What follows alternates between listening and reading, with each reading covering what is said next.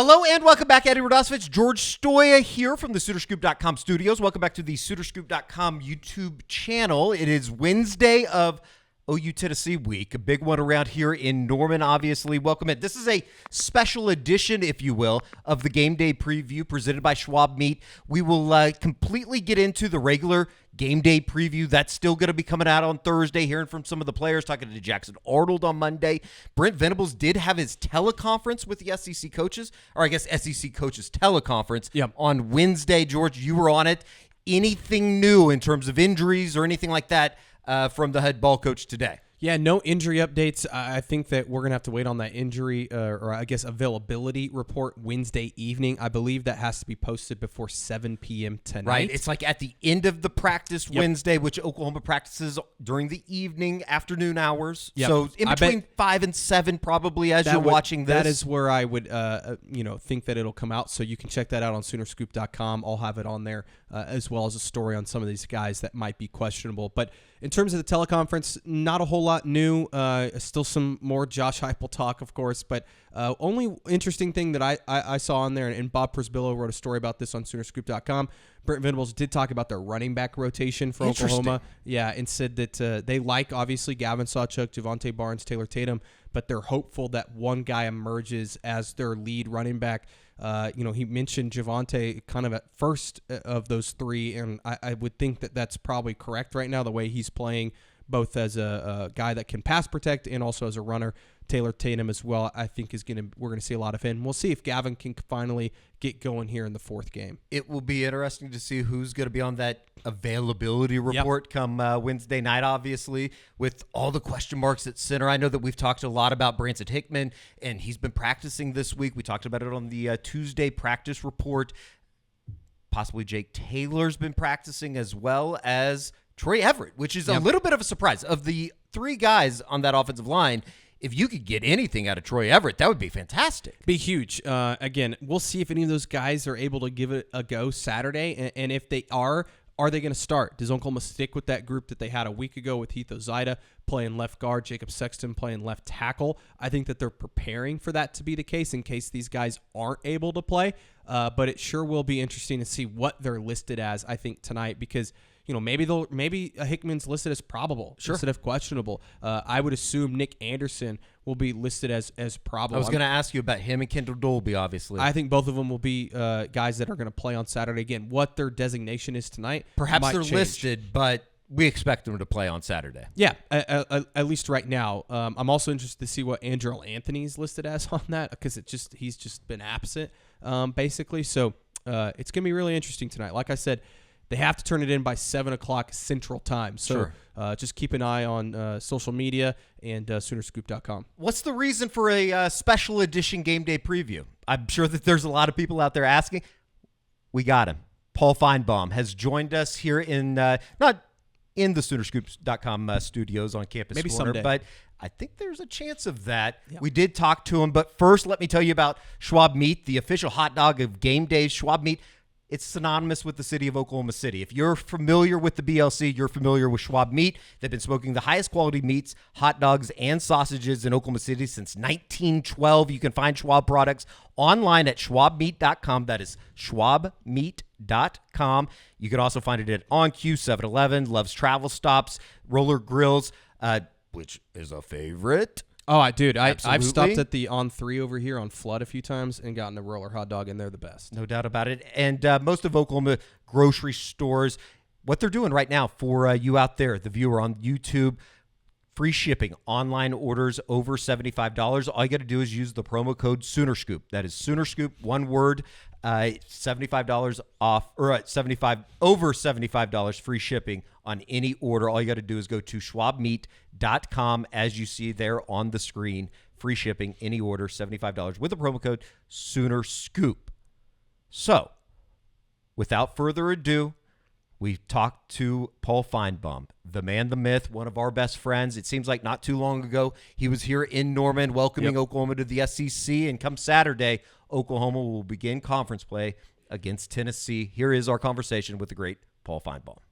79 days ago, we instantly became best friends. We now welcome in Paul Finebaum. It's not been too long since you were in Norman for the welcoming of OU into the SEC, and now Tennessee week is here. Let's start here, Paul. Thanks for joining us today, by the way. When Josh Heupel was hired at Tennessee, I think there was a lot of people from Oklahoma that looked at the hire and what he had done at Central Florida and thought, there's no way he's going to be able to turn this thing around at Tennessee. 4 years later, as we get ready to welcome Tennessee into Norman, he's very much turned this thing around. How surprising has it been just in terms of what he's been able to generate? Obviously, a massive fan base. Tennessee, they're rolling right now, and they're coming into Norman.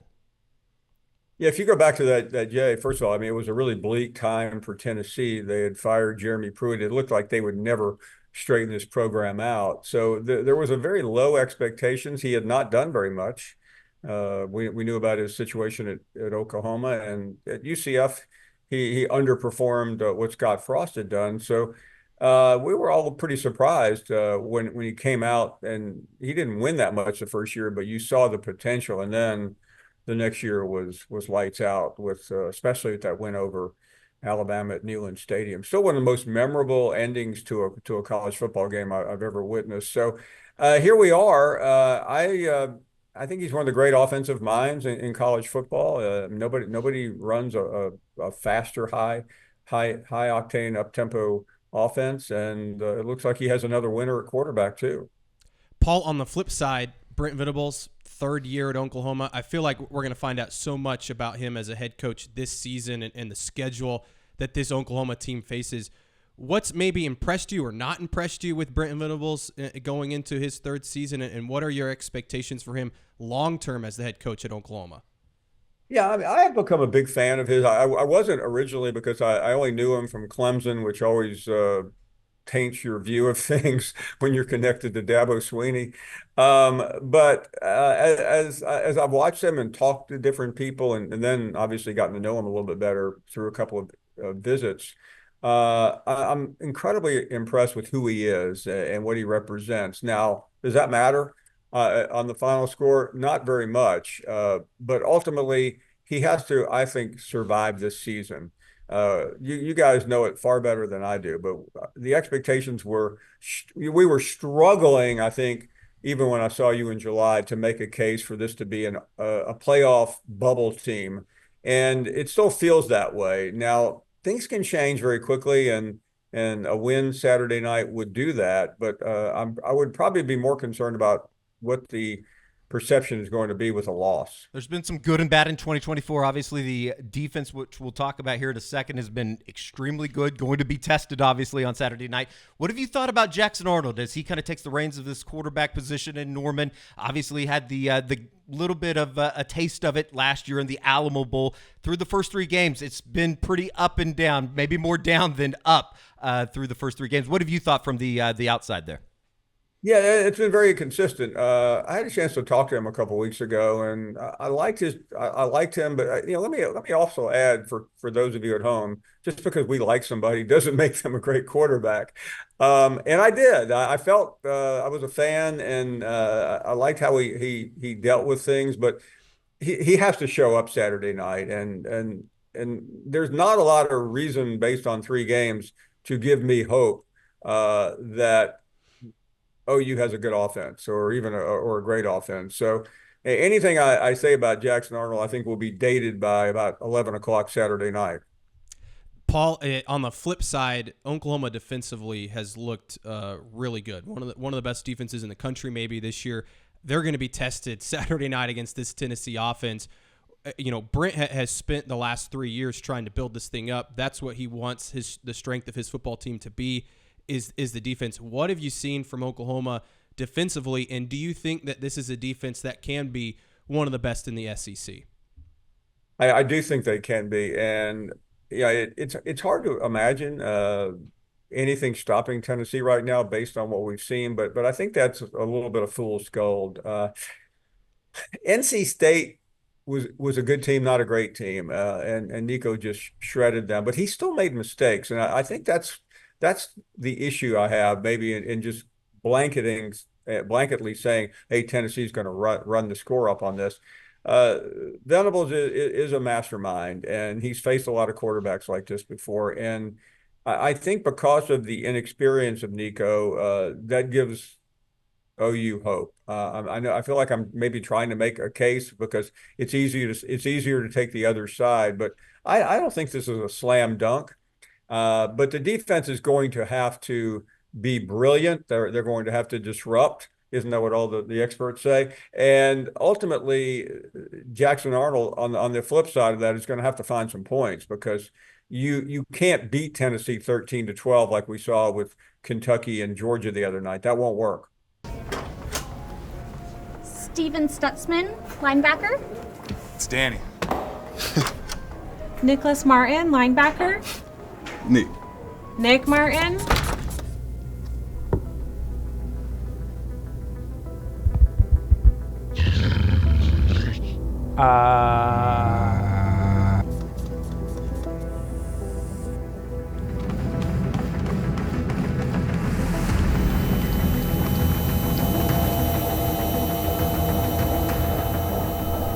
Dr. Frank. Oh my! Something's off. Send him in. There appears to be a performance enhancer in your tummies, and it is mean. You guys got the dog in you. Defense, you good? Swap meets, the official hot dog and game day. It's so weird still, even talking about, any type of game that Oklahoma plays in and talking about the defense first. And I think we saw it on Tuesday at Brent Venables' press conference, just in terms of what he was talking about in terms of the matchup with Josh Heupel. It seems like even for a guy that's supposedly taken a step away from the defense, handing the reins over to Zach Alli, this is the type of week that the blood flow gets going a little bit more for somebody like a Brent Venables in the matchup against Josh Heupel.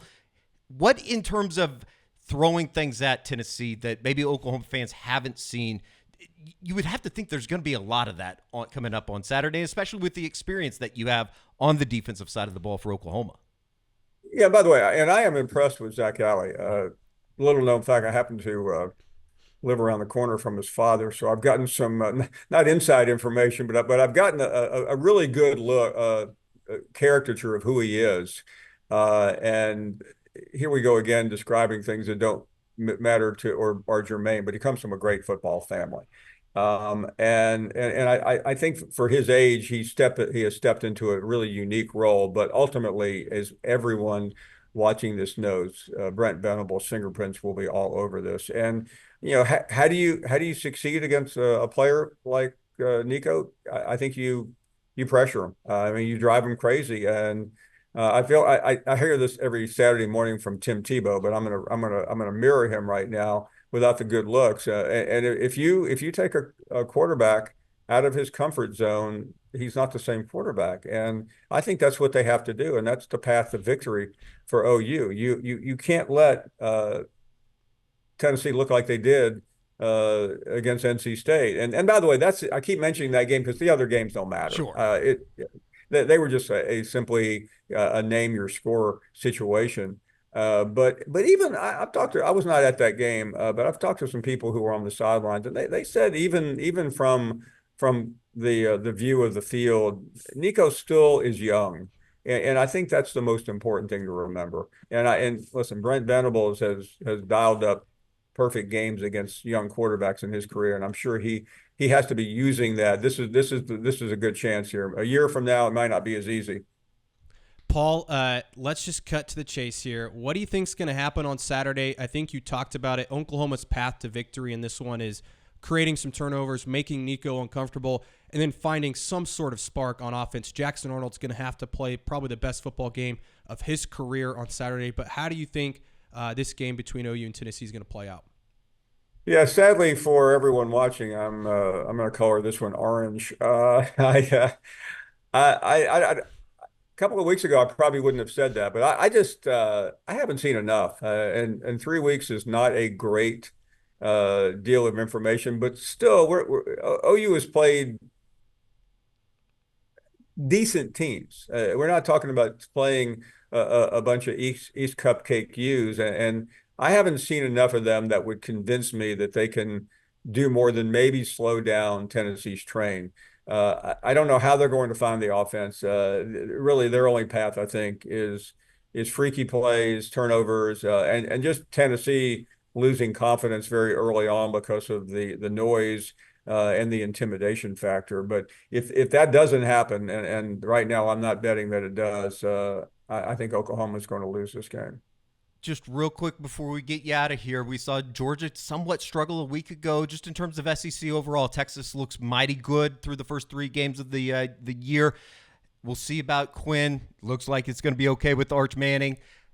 What have just been your overall thoughts of the league and everything else that comes with it as Oklahoma begins this venture? A lot of overreaction, which is what we always do. Sure. Alabama terrible, and then they're great. Georgia's great, and then they're terrible. So right now, I want the school I am most curious about is Ole Miss. They may be on the same level as Georgia and Texas. We just don't know yet, but I think there's a good chance they are. Alabama, I still have my doubts about. I think the game against Georgia will define their season. Texas, I mean, we're all impressed by the win at the Big House, but so what? I mean, Michigan's horrible. So the quarterback situation will work itself out. Ewers will be back in time for OU, and that's all that matters. I mean, right now, I mean, this week is a gimme, and so is Mississippi State. So the top of the league is great. Sure. But the bottom, don't quote me on this, dreadful. It's not good. It's going to be fun as Oklahoma begins SEC play on Saturday night over at Gaylord Family Stadium, 6:30 on ABC. He's Paul Finebaum. Paul Finebaum Show on the SEC Network daily, 2 to 6 here locally. We appreciate it. We look forward to. You need to get out to Norman sometime for a game. I plan on it. Unfortunately, it won't be this week, but we will get there, and there's a good chance I'll see you guys in Dallas, by the way. Absolutely. Oh, nice. Sounds good. Nothing like the State Fair and a corn dog. A little bit later than normal at the 2:30 kickoff. I'll buy you a corn dog. Absolutely. I will take you up on that. We appreciate it, Paul. Thanks for joining us. Thank you. A pleasure, guys. Thank you. The man, the myth, Paul Finebaum, ladies and gentlemen. Great to catch up with our new best friend out of the Southeastern Conference. And, if anything else, I know that he picked Tennessee, but I think that there is like an avenue as we kind of turn the corner here on Wednesday that Oklahoma can win this game. It's not crazy to say that. It's college football. Look, anything can happen in this sport, and I think that Oklahoma, there is a path to victory. Paul's talked about it. I've talked about it. We've all talked about it. Like the defense has to play really well, create some turnovers, and then Jackson Arnold. I think that's kind of the big question mark. Is this Oklahoma offense? What are they going to look like? Can Jackson, thrive in this atmosphere? There's been a lot of talk about Nico and how he's going to handle the pressure of playing on the road. How does Jackson Arnold handle the pressure of playing at home in such a big game? I mean, this is the biggest game of his career. I think it's going to be fascinating to watch. But, yeah, I think that there's a lot of people that think Oklahoma can hang in this game. I know Paul picked Tennessee, but I know there's a lot of people that think that this might be a blowout. I just don't think that's going to happen. It's going to be a live atmosphere, I think is one way to say it, come Saturday night. And we will be back before we get to Saturday. We will be back tomorrow on Thursday for the regular game day preview, hearing from Jackson Arnold, hearing from a couple other players as well as Danny Stutzman, Woody Washington, Dejon Terry, Jake Roberts. I almost got by myself. That wouldn't have been good. But that's coming up on Thursday, as well as the family business. Isaac Stoops and Joe Castiglione Jr. will be talking to one of the all-time greats for Oklahoma, Roy Williams. That will be out on Thursday, and then we'll roll into the weekend, which should be action-packed around here with awesome. Game Day coming to town. It's going to be a lot of fun.